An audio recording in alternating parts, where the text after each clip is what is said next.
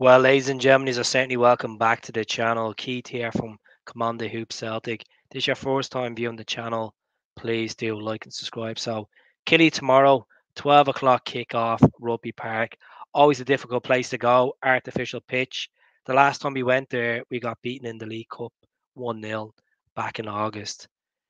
The team have settled since then. There's been a lot of football played since then. We brought players in, and we were really desperate that day. You look at the defense, the attacking options, the midfield. We just looked like we were well off it. We looked like we were burnt out. It was in the early parts of the season, so we need to go there tomorrow to maintain our 8 point gap at the top of the table. Kilmarnock have won 2 games in the last 6. They won Wednesday night up in Aberdeen 1-0 to beat Derek McInnes's former team. And then the last win was against Motherwell back 5 games ago at Rugby Park at home. Interesting times. It's going to be a sloppy game tomorrow, to be honest, which is, I don't know what the situation regards to Carter Vickers. He came off a half time against Hibs the other night.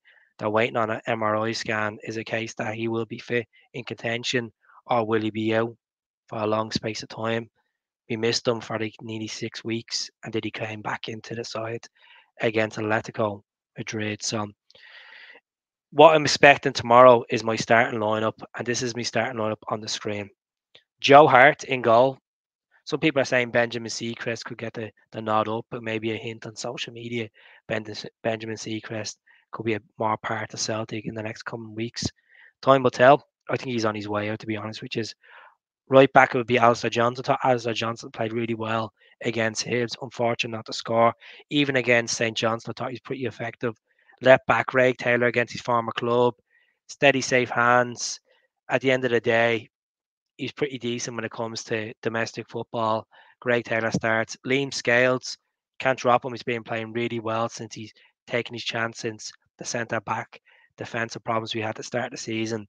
I'll go with Gustav Leaga Bielke is because in case CCV is not ready or available, I wouldn't go with Nat Phillips in there.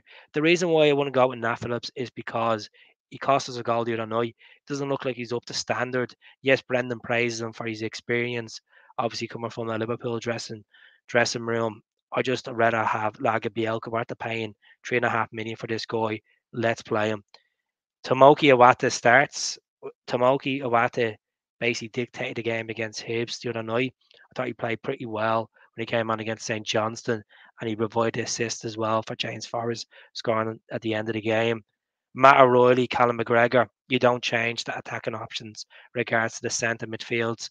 I think they're good attackers. Matt O'Reilly loves scoring away from goal, home from, sorry, regards to Aberdeen away, Hearts away, St. Johnson away. He has to play. Simple as that.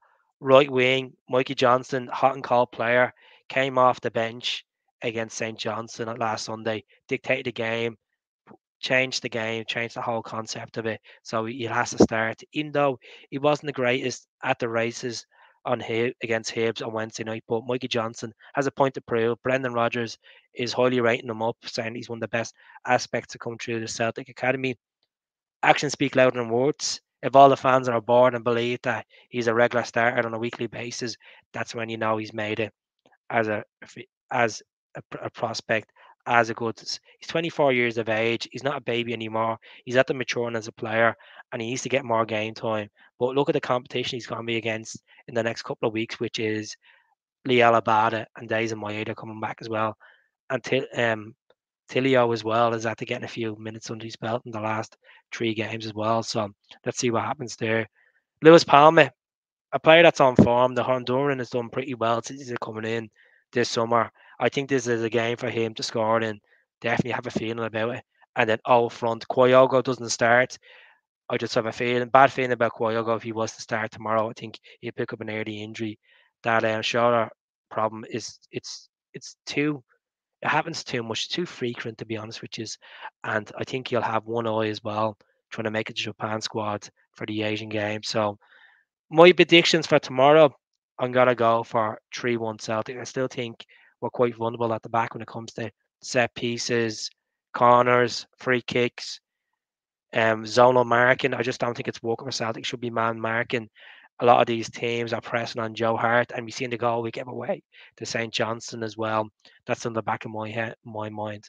Lewis Palmer to score, out to score, and I'm gonna fancy Matt O'Reilly as well. So let me know in the comments. Let us know your predictions, and let us know your starting lineup as well for tomorrow. I'll speak to you tomorrow after the game. Hail, hail, all the best.